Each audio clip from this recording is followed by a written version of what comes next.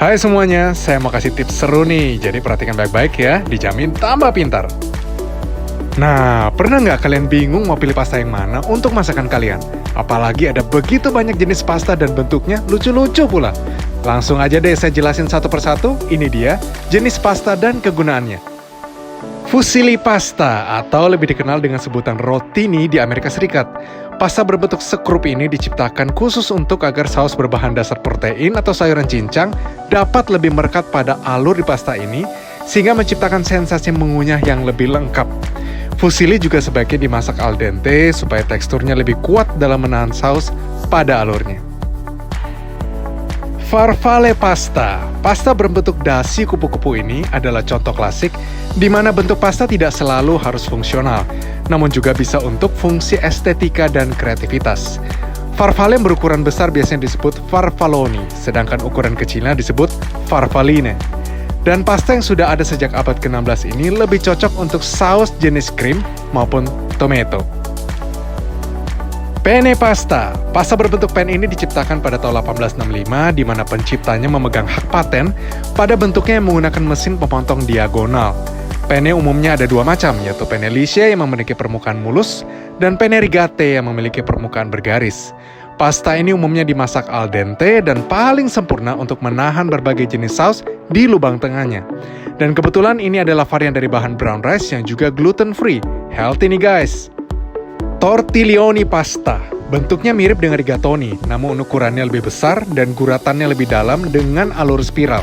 Arti namanya adalah pelintir dan biasanya pasta ini digunakan pada jenis saus yang pekat dan disajikan dalam porsi yang lebih kecil, sehingga setiap gigitan akan mengandung massa yang cukup banyak yang membuat saus cukup banyak ikut dinikmati dalam sekali suap. Tagliatelle pasta. Nah, ini pasta favorit saya karena bentuknya cocok banget untuk segala jenis saus dan teksturnya seperti kombinasi makan mie dan pasta. Secara tradisional, pasta ini dibuat dengan perbandingan 1 telur berbanding 100 gram tepung sehingga teksturnya lebih lembut dan tidak terlalu menggigit layaknya fettuccine. Dan pasta ini lebih cocok untuk bolognese, tumisan daging merah, saus berbahan dasar keju, maupun saus dari kacang-kacangan dan herba segar. Paccheri pasta. Pasta berbentuk tabung besar ini arti namanya adalah tamparan yang menggambarkan suara yang timbul saat mengunyah pasta ini. Pasta ini biasanya disajikan dengan berbagai jenis saus yang teksturnya kental atau padat maupun diisi dengan berbagai bahan setelah direbus setengah matang. Pasta ini kemudian bisa dipanggang atau disemur sampai matang sempurna. Pasta al nero di sepia. Pasta yang dibuat dengan tambahan tinta cumi ini bisa memiliki berbagai macam bentuk.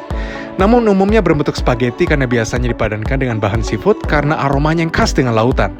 Untuk membuat pasta ini harus memakai tinta cumi dari cumi-cumi yang masih segar dan harus langsung dioles secepatnya supaya tidak menjadi amis aromanya. Umumnya tinta cumi yang dipakai hanya sekitar 1-3% dari total bobot keseluruhannya. Pasta gandum. Nah, buat kalian yang suka nge-gym pasti udah tahu dong, yaitu pasta yang dibuat dengan campuran tepung gandum sehingga kandungan seratnya meningkat serta aromanya menjadi lebih wangi apalagi jika dipadankan dengan minyak zaitun dan protein berdaging merah. Oleh karena kandungan airnya lebih rendah dan seratnya lebih tinggi, maka pasta ini perlu direbus lebih lama daripada pasta biasanya. Air yang dipakai merebus juga harus lebih banyak dan biasanya pasta ini lebih mengenyangkan karena serapan airnya yang lebih tinggi.